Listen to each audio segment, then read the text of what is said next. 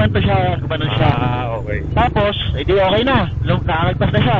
Na-overtake na. Tapos, Hinintuan. hindi, ano sila, edi parang maghihintayan sila ng mga kasama niya. Oo. Nagkataon na Kinumpron. nagpang-abot. Kinumpronta ngayon ng driver. Sabi, Oo. maayos na may pakipag-usap, ba't ka po namamaki, boss? Ganyan. Tapos sinasabi ng yan na, you tell me. Para sinasabi niya, ikaw may sabi ng dahilan ba't kita pinakyuhan. Tapos sinabi niya na, ikaw ang may side mirror, wala akong side mirror, dapat ganyan, bla bla bla. Talo siya doon.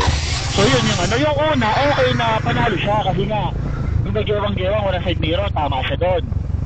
Eh kaso, nung mga sumunod na video, yung pinakyuhan, tapos pinagmalaki pa na wala siyang side mirror. Yun nga yung sinasabi natin na.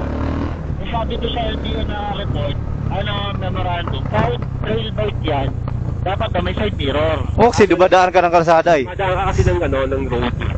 Walang exemption na dapat bike sa racetrack ka. Sobrang hindi ko talaga.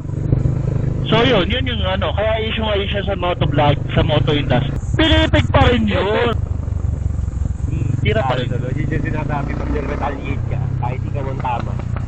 Siguro, laking pagsisisi niya, pinanindigan niya na lang na pinost niya. Pero laking pagsisisi niya malamang yun. Mali. Kala niya, kakampiyan siya. May L300 sa lubong. Kala niya kakampiyan siya. Nalagpasan na ba yung sharp curve dito eh? Ito, letter C. Hindi, yung talagang sharp talaga na yung hindi kita talaga. Pagkatapos may jeep pa. Yung Parang sharp, ito nga yata yun yung sharp curve, Oo. may spelling na sharp.